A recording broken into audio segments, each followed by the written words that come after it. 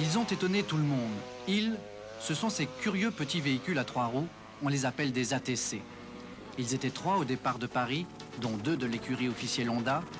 Difficiles à piloter, ils sont très spectaculaires sur les pistes caillouteuses du Sahara.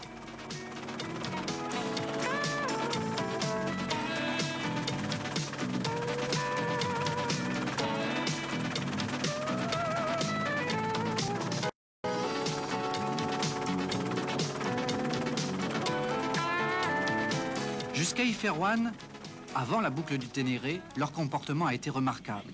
Jacques Ivoirin est tellement amoureux de ces petites machines que lorsqu'il ne court pas, il en fait le commerce. Avant l'étape Iferouane-Agadez, il se payait même le luxe d'occuper la 28e place du classement moto, au grand étonnement de tous les autres motards. Comment ça s'est passé l'étape aujourd'hui là? Pour le moment, tout va bien. C'est assez dur dans les pierres et tout ça là-bas. Tout ce qu'il y avait, et c'est long surtout. Parce que plus ça saute, plus on en prend dans les reins et plus on est fatigué. Vous êtes désavantagé avec ce genre de moto? Bah, il faut dire que c'est plus dur physiquement, c'est tout. Autrement, il y a des portions où ça va pas trop mal. Et puis, il faut faire gaffe à la caillasse comme c'est pas haut. Il faut faire gaffe à la caillasse comme c'est pas haut. Jacques Ivoirin ne croyait pas si bien dire. Lui et l'autre ATC de l'écurie officielle, piloté par Alain Seigler, allaient devoir abandonner un peu plus loin. D'hélicoptère, nous apercevons sur le bas-côté de la piste l'ATC d'Alain Seigler. Les deux compères ont été victimes à quelques kilomètres de distance du même genre d'accident. Cela se passait au cours de l'étape Iferouane-Agadez. L'autre côté. J'essayais d'assurer, il y a une voiture qui m'a doublé, il y a eu beaucoup de poussière.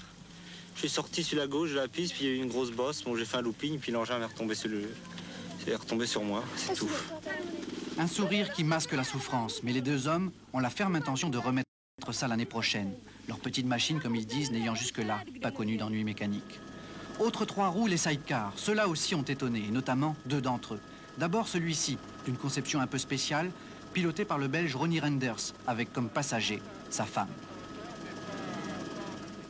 C'est très difficile pour trouver quelqu'un qui est capable pour le faire comme passager. Et alors, du moment que tu as trouvé quelqu'un, c'est encore plus difficile pour le garder. Alors, j'ai décidé, bon, on va partir ensemble. J'ai fait des transformations sur la moto, que c'est un peu plus facile pour le passager, mais quand même, c'est toujours assez dur. Dur, très dur même.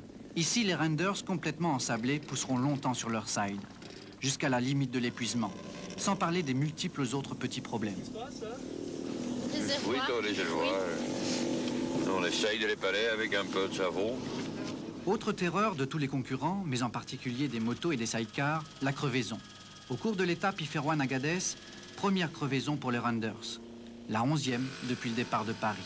Et malgré cela, leur morale reste au beau fixe. Hier, on a eu de la malchance. L'étape était vraiment très chouette, mais on a crevé 2 fois, donc on perd beaucoup de temps. La preuve, voilà. Dans le désert, ce qu'on a eu un clou. Alors, on a perdu du temps, mais on est quand même rentré à l'heure. Mais les plus entêtés, les plus hargneux aussi, ceux à qui tout le monde tire un véritable coup de chapeau, ce sont eux, l'équipage belge de Jonc vers Boven.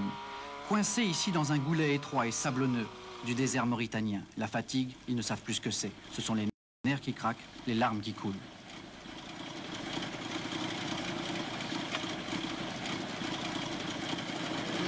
Dix fois, 100 fois dans cet endroit impossible, ils seront aidés, poussés. 10 fois, 100 fois, ils tomberont ou s'ensableront. 10 fois, 100 fois, ils repartiront. Ce jour-là, il n'y avait plus qu'un seul sidecar en course, c'était eux. 5 jours plus tard, ils seront sur la plage de Dakar, hors temps mais classés.